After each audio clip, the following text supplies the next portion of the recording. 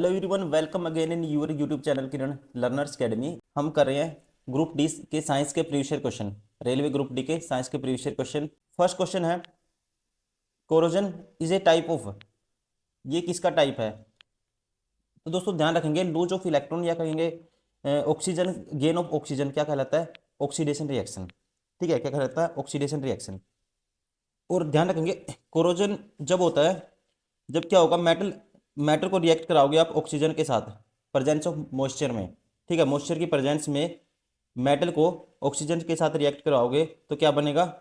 Hydrated iron oxide बनेगा। ठीक है, इसी वजह से हम इसे कह सकते हैं, ये किसका एग्जाम्पल है? Is a type of oxidation reaction. Option third is correct. Question number 2, the triads of the group two metal consist of which of the following elements. कहता है समूह दो की धातुओं के त्रिक में निम्न में से कौन से तत्व शामिल होते हैं? ठीक है, इनमें से ट्राइड कौन से बनाएंगे दोस्तों? ठीक है, ग्रुप टू में के एलिमेंट है और ट्राइड कौन से बनाएंगे ये आपको बताना है। सबसे पहले तो आपको पता होना चाहिए ग्रुप टू में कौन कौन से आएंगे। ग्रुप टू में आएंगे, ये आते हैं जैसे beryllium, magnesium, calcium, strontium, barium, radium, ये ग्रुप टू में आते हैं। और इनमें से जो ट्राइड बनाते हैं, ट्राइड में क्या होता है? सेम प्रॉपर्टी होंगी, सिमिलर प्रॉपर्टी होती हैं। ट्राइड्स में तीन एलिमेंट उठाते हैं, तीनों की प्रॉपर्टी क्या होंगी? सेम होंगी, दैट इज कॉल्ड ट्राइड। ठीक है ना। ट्राइड का जो नियम दिया था, किसने रूल दिया था? डोबिर्नियर ने। और इसमें से जो बनाते हैं ये है कैल्शियम, स्ट्रोंटियम और barium. Option third is correct.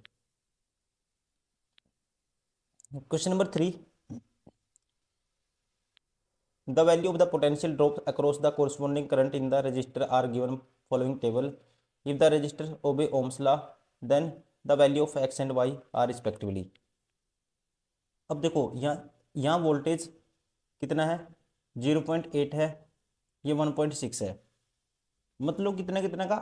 8 8 का एडिशन हो रहा है दोस्तों 0.8 का। ठीक है, तो यहाँ आएगा, ये क्वेश्चन में एरर है, मैं पहले बता देता हूँ। राइट आंसर बताऊंगा, 2.4 आएगा यहाँ पे। ठीक है, और यहाँ पे y की जगह क्या आएगा? देखो 0.2, फिर इसका 4 हो गया, फिर 2 जोड़ा 6, फिर 8, फिर 10, फिर 12, फिर आएगा 1.2। एक्स की वैल्यू 2.4, वाई की वैल्यू आएगी 1.2 आएगी। ठीक है, तो कौन सा ऑप्शन होगा? इसमें कोई सा भी नहीं होगा, दोनों सारे के सारे ऑप्शन क्या है? रॉन्ग है। राइट आंसर होगा 2.4 एंड 1.2। ठीक है, Ohm's law V equal to I R होता है, उससे भी कर सकते हो आप। ठीक है, लेकिन आप सीरीज की तरह देखो, सारे ऐसे ऑर्डर आगे जाके सेम, मतलब 0.8 का एडिशन हुआ है और यहाँ पे 0.2 का, तो यहाँ पे क्या आएगा? ठीक है, जैसे रीजनिंग में सीरियल क्वेश्चन है वैसे ही क्वेश्चन दिया हुआ है ये, तो एरर हैं सारे के सारे। और रेलवे आयोग ने क्वेश्चन दोस्तों अमान्य घोषित किया था, ध्यान रखेंगे सारे ऑप्शन क्या है? रॉन्ग है। Question number 4, which of the following statement is incorrect regarding the process of excretion. ठीक है, एक्सक्रीशन इन द प्लांट्स। पादपों में उत्सर्जन की प्रक्रिया के संबंध में इनमें से कौन सा कथन गलत है? गलत बताना है आपको। ठीक है, पहला कहता है वेस्ट प्रोडक्ट्स में be stored has a result and gums in old xylem. ये पहला ठीक है दोस्तों। अपशिष्ट उत्पाद पुराने जाइलम में, जिसे रेजिन कहते हैं, और गोंद के रूप में संचित हो सकते हैं। गलत बताना है हमें। ठीक है, waste product of photosynthesis is stored as a starch. दूसरा गलत हो गया।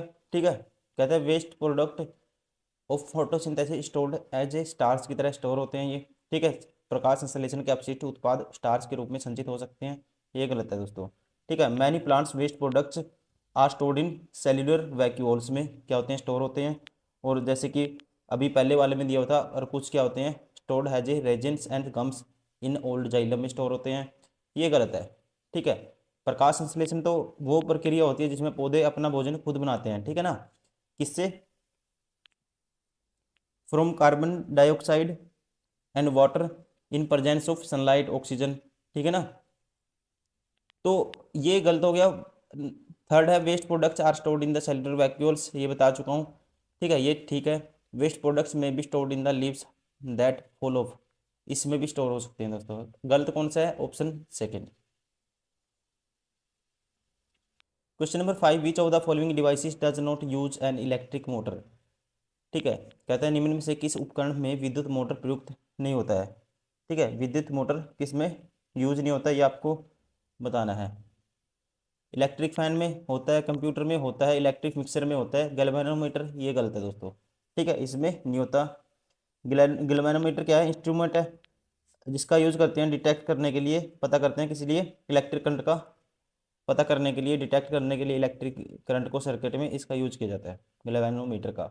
तो इसमें ठीक है इलेक्ट्रिक मोटर का यूज नहीं होता। There three wires A B and C same length same thickness having resistance 5 2 ohm and 1 ohm respective, there resistivity are. Resistivity का रेशियो आपको बताना है।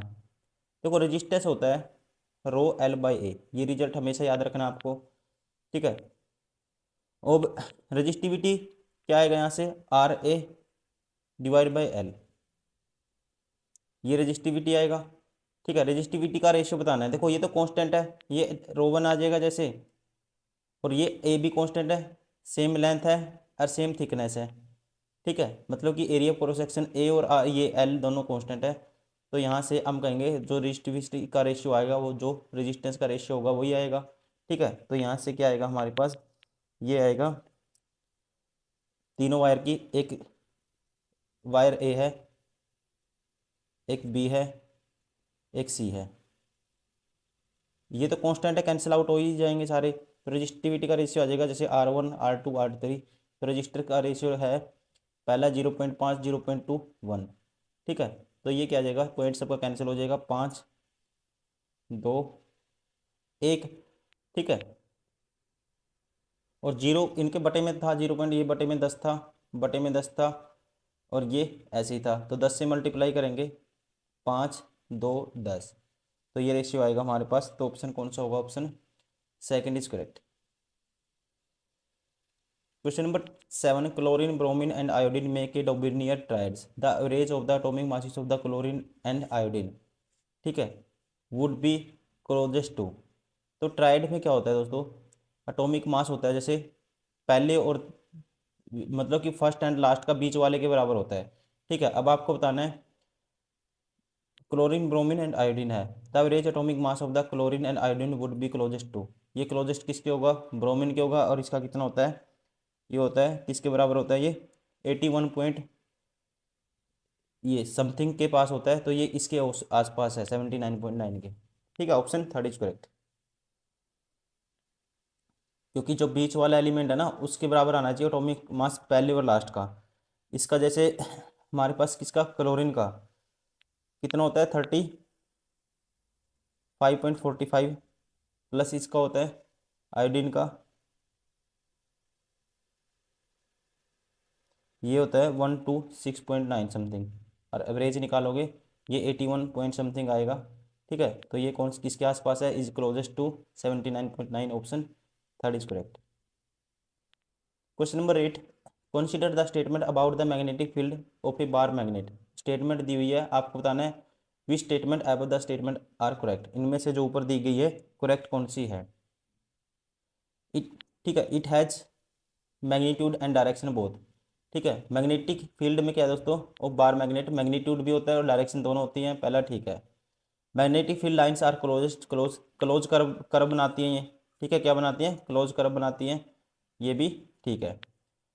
तो एक और दो दोनों ठीक होंगी, option second is correct, both the statement are true.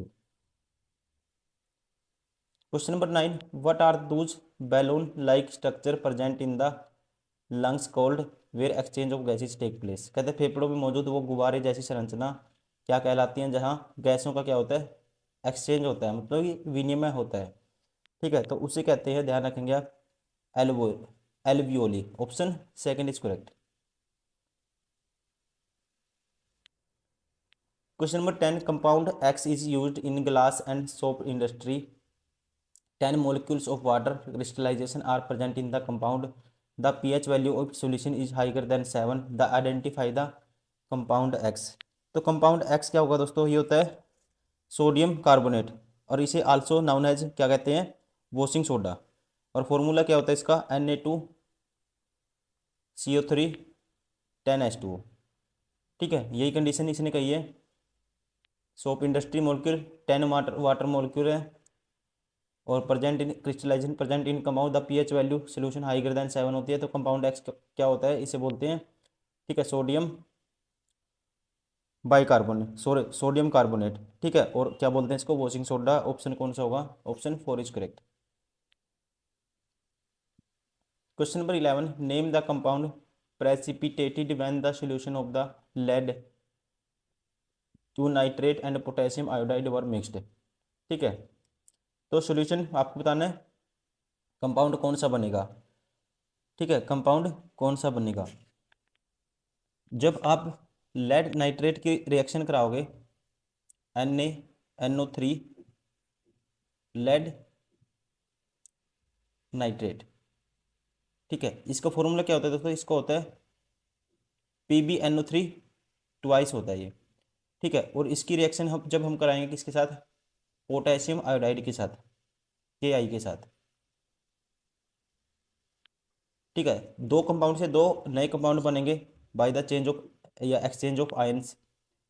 तो नए दो कंपाउंड बनेंगे, एक तो बनता है KNO3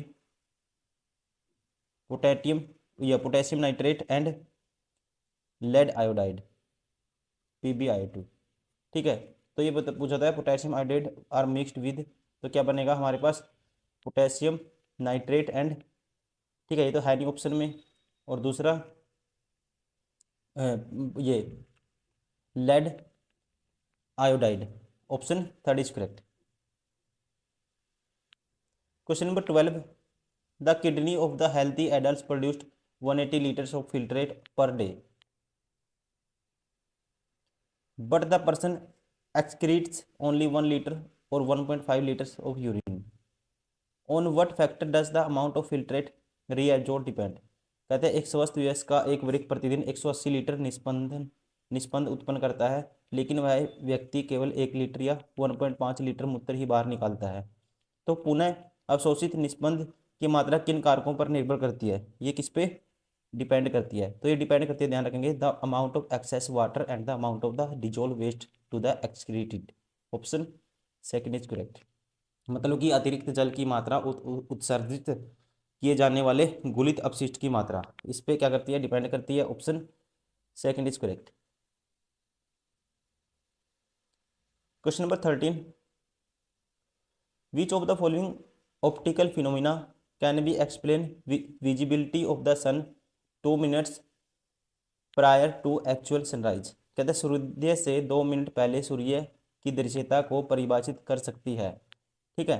तो क्या है दोस्तों, ये atmospheric refraction, option 2 is correct. ये किसकी वजह से होता है, एटमॉस्फेरिक रिफ्रैक्शन की वजह से होता है 2 मिनट पहले हमें इस चीज़ का, ठीक है, जो हमारा जो ये होता है 2 मिनट पहले क्या होता है, सनराइज हमें दिखाई देता है एक्चुअल सनराइज से, ठीक है। किसकी वजह से, इसे कहेंगे एटमॉस्फेरिक रिफ्रैक्शन की वजह से, option 2 is correct. Question number 14, which of the following statement is incorrect with regard to forests, ठीक है। फॉरेस्ट के रिगार्डिंग, वनों के संबंध में निम्नलिखित में से कौन सा कथन गलत है, गलत बताना है हमें, ठीक है। They provide variety of products, ये विभिन्न प्रकार के उत्पाद प्रदान करते हैं दोस्तों, ये ठीक है, गलत बताना है। They do not conserve soil, ये मृदा का संरक्षण नहीं करते, गलत है दोस्तों, ये करते हैं, ठीक है। दे कंजर्व वाटर, भी कंजर्व करते हैं। They sustain huge diversity of flora and fauna, ये भी ठीक है दोस्तों, ठीक है। ये वन जीव समूह फ्लोरा एंड फोना की विशाल विविधता को बनाए रखते हैं, ठीक है, सारे ठीक हैं। ये जो कहता है they do not conserve soil, तो ये गलत है, ठीक है। क्या करते हैं, कंजर्व करते हैं सोइल को। Identify the correct level for the following, इसमें क्या है दोस्तों, फीमेल के रिप्रोडक्टिव पार्ट को, ठीक है, फीमेल जो फ्लोवर होता है उसके फीमेल रिप्रोडक्टिव पार्ट को शो किया गया है। और ये क्या बनता है, एक से ज़्यादा कार्पल से बनता है, ठीक है। और कार्पल्स में क्या क्या आता है, 3 पार्ट आते हैं, एक आता है स्टिग्मा, फिर स्टाइल, फिर ओवेरी, ठीक है, स्टाइलस या ओवेरी कहेंगे, ठीक है। तो ये कौन सा है, ऑप्शन 1, स्टिग्मा और stylus and ovary, option 1 is correct. Question number 16, which of the following types of asexual reproduction is shown by the bread mould rhizopus, कहते हैं राइजोप्स नामक ब्रेड फूफंद, ब्रेड मड राइजोपस, ठीक है, राइजोप्स में इनमें से किस प्रकार का एक अलैंगिक प्रजनन प्रदर्शित होता है, तो इसमें होता है स्पोर फॉर्मेशन, ठीक है, जिसे हिंदी में बोलते हैं बीजाणु निर्माण होता है। ये क्या है, एक एसेक्सुअल रिप्रोडक्शन है। Option 4 is correct. Question number 17, the SI unit of the focal length is. Focal length की एसआई यूनिट क्या होती है दोस्तों, मीटर में होती है, ठीक है। 1/f किसके बराबर होता है, पावर के बराबर होता है। और पावर किस में मापते हैं, डायोप्टर में। और फोकल लेंथ मीटर में। Option 4 is correct.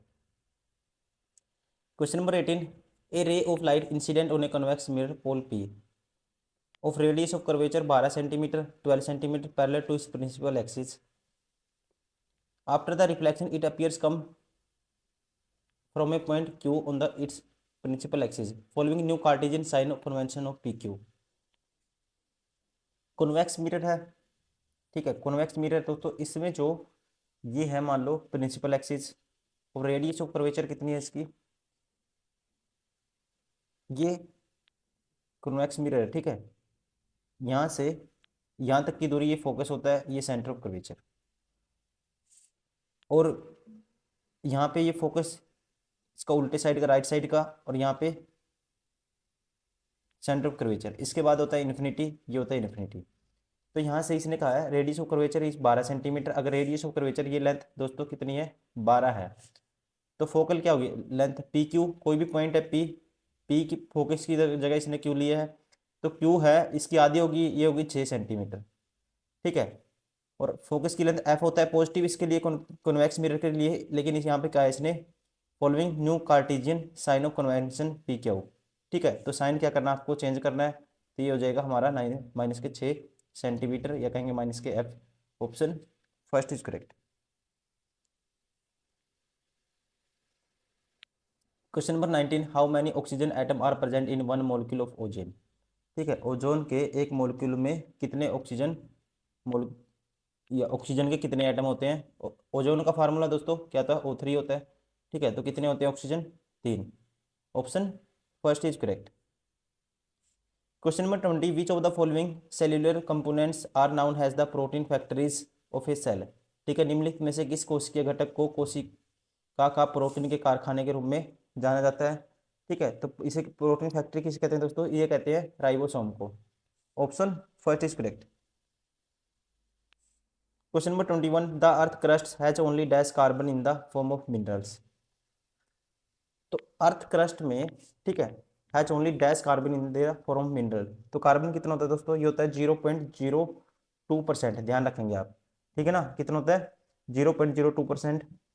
किस किसी फॉर्म में होता है, जैसे like carbonate, hydrogen carbonate, coal and petroleum. और ध्यान रखेंगे एटमोस्फियर में कितना होता है, 0.03% ऑफ कार्बन डाइऑक्साइड, ठीक है। कई बार ये भी पूछ लेता है। तो इसका ऑप्शन कौन सा आएगा, option third. Question number 22, the resistors 2 ohm 3 ohm 6 ohm are connected in a series, the resistance of the combination. Series में डायरेक्ट ऐड हो जाते हैं, सीरीज का क्या होगा, डायरेक्ट ऐड हो जाएंगे, इक्विवेलेंट रेजिस्टेंस आएगा, इनको ऐड कर देंगे सबको। 3 और 2 5 और 6 11। Option 4 is correct. Question number 23, which of the following is not use of A baking soda, ठीक है। बेकिंग सोडा का इसमें से यूज कौन सा नहीं है, ये आपको बताना है। पहला कहता है to make drinking water free from germs, दोस्तों ये गलत है, ठीक है। इसमें बेकिंग सोडा यूज नहीं करते। बेकिंग सोडा मतलब कि ये भी पता होना चाहिए, सोडियम बाइकार्बोनेट NaHCO3, ठीक है। NaHCO3 इसका होता है केमिकल फॉर्मूला। कहते हैं to make drinking water free from the germs, इसमें ये गलत हो गया। In soda acid fire extinguisher के रूप में इसका यूज करते हैं, सोडा एसिड के अंदर। एन इंग्रेडिएंट इन एंटासिड्स, ठीक है। प्रति अम्ल एंटासिड के घटक के रूप में ये भी यूज है इसका, ये भी यूज है, पहला यूज नहीं है, ठीक है। ये पूछा कौन सा यूज नहीं है, only one. Option third is correct. Question number 24, the total number of isomers of butane and the pentane respectively are. Butane का फॉर्मूला होता है C4H10, और यहाँ पे, ठीक है, पेंटेन भी एक एल्केन है, ब्यूटेन भी एक एल्केन है, और इसका पेंटेन का C5 आएगा, H12 आएगा। तो इसके अब आइसोमर पूछे हैं, तो इसमें आइसोमर ध्यान रखेंगे एग्जिस्ट करते हैं। इसमें कौन कौन से आइसोमर होंगे, इसमें होता है, एक होता है N ब्यूटेन, और एक होता है N मिथाइल प्रोपेन।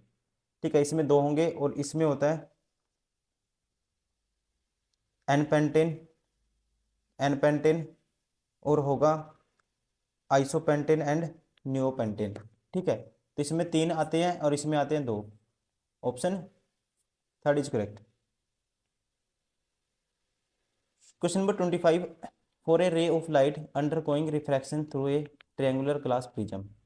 ठीक है, for a ray of light undergoing refraction through a triangular glass prism which of the statement is are always correct. तो इनमें से कौन सी ऑलवेज करेक्ट होगी ये आपको बताना है। Angle of incidence is the angle of is angle of incidence is the angle between the incident ray and the point of the incident.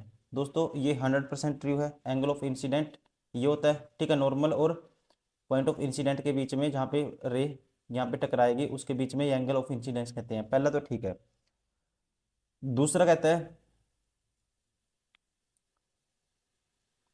है angle of incidence equal the angle of emergence. दोस्तों कोई जरूरी नहीं है, ठीक है, angle of emergence के बराबर होगा एंगल ऑफ इंसिडेंस। ठीक है, तो ये देखो नॉर्मल है, ये आएगी तो बोलते हैं एंगल ऑफ इंसिडेंस, ये टकराएगी फिर दोबारा से निकल जाएगी, इसको बोलते हैं एमरजेंट रे। ठीक है, तो एमरजेंस एंगल जरूरी होगा, ये जरूरी नहीं है कि इसके इंसिडेंट एंगल के बराबर होगा, ये गलत है दूसरे वाला। Angle of deviation is the angle between the incident ray and the emergent रे। एंगल ऑफ डेविएशन होता है जो इंसिडेंट रे जो आई और जो रे निकल गई इनके बीच में, एमरजेंट रे के बीच में क्या होता है, इसे बोलते हैं एंगल ऑफ डेविएशन। ठीक है, जिसे डेल्टा से शो करते हैं हम। ये ठीक है, ए और दो तीन ठीक है, दूसरा गलत है, ए और सी करेक्ट होगा। तो कौन सा होगा, option second, both A and C.